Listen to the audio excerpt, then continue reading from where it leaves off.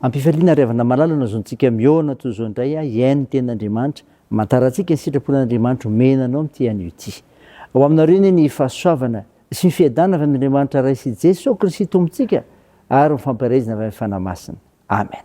Alasinainy 3 novambra 2022 banjenantsika aloha hevitra hoe mahandrasa ho avy ny tompo. Andeha riavana idera sakalazan'andriamanitra isika. Andriamanitra tokoa no tombena ny fanahiko avy aminy famonjena ahy. Izy tokoa no vatolamiko sy famonjena ahy dia fiarovana avoahy ka tsy angozozo loatra aho. Miatombena amin'Andriamanitra tokoa ianao ry fanahiko fa izy no antenaiko. Izy tokoa no vatolamiko sy famonjena ahy dia fiarovana avoahy ka tsy mba angozozo aho.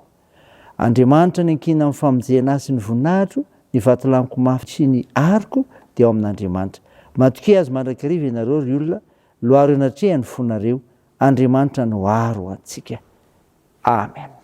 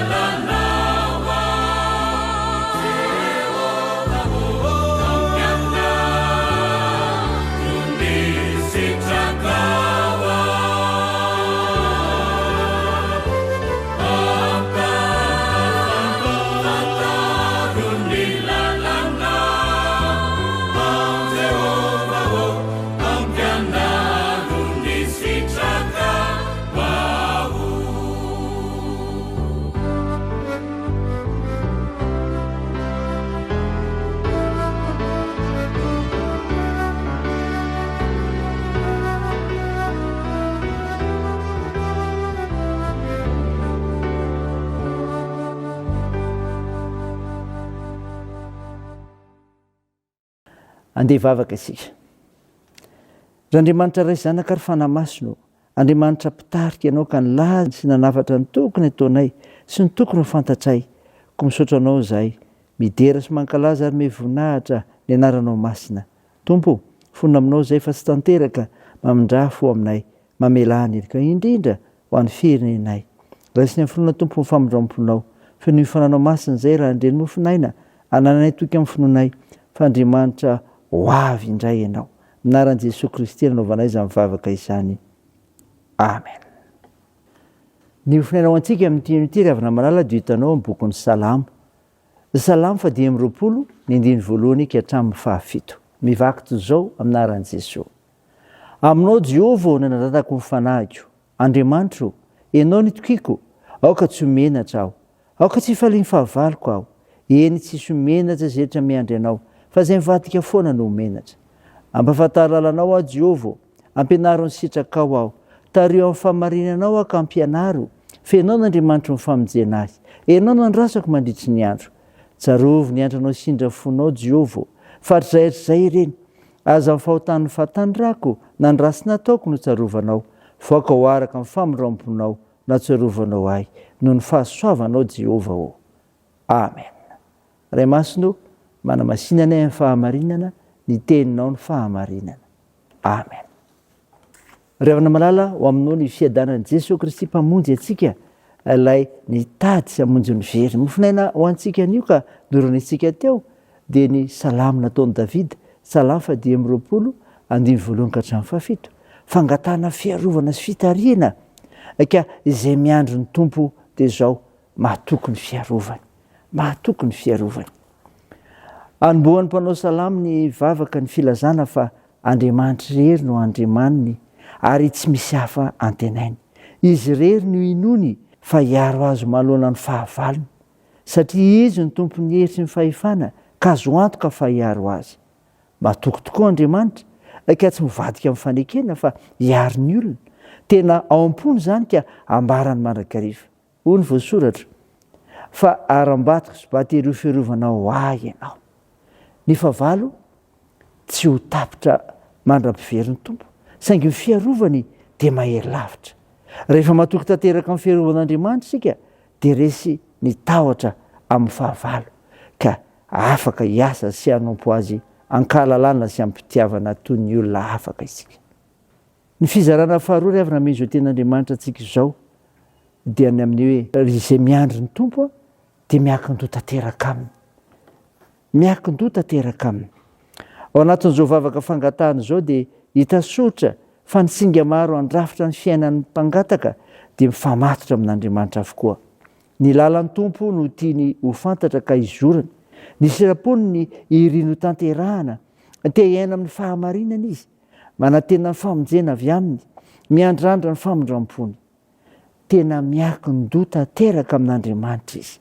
Na dia tsy tanteraka aza ny mpangataka dia sahy mitondra ny etaetany satria fantany izay vavahany fa fitiavana. Ary resy lahatra izy fa ao aminy misy ny tena fahasoavana. Toy izany ry havana, ny olona mino sy matom-pianana amin'ny Tompo afaka ilaza toan'ny Paoly fa tsy izy intsony no velona fa Kristy ny velona ao anaty. Sainy izany ry havana, raisy izany ho voninahitr'Andriamanitra. Amen. Andeha hivavaka isika. Andriamanitra, misaotra ny mofinaina nomenao anay izay milazany amin'izay olona miandro ny Tompo. Dia izao mitoky ny fiarovany ary miankin-doha tanteraka aminy. Tompo, vavaka aminao izay ho amin'ny firenenay, ampio, arovy amin'ny fanarenana izany, ka hiasa mahery amin'ny fananao masina amin'ny tompona andraikitra rehetra.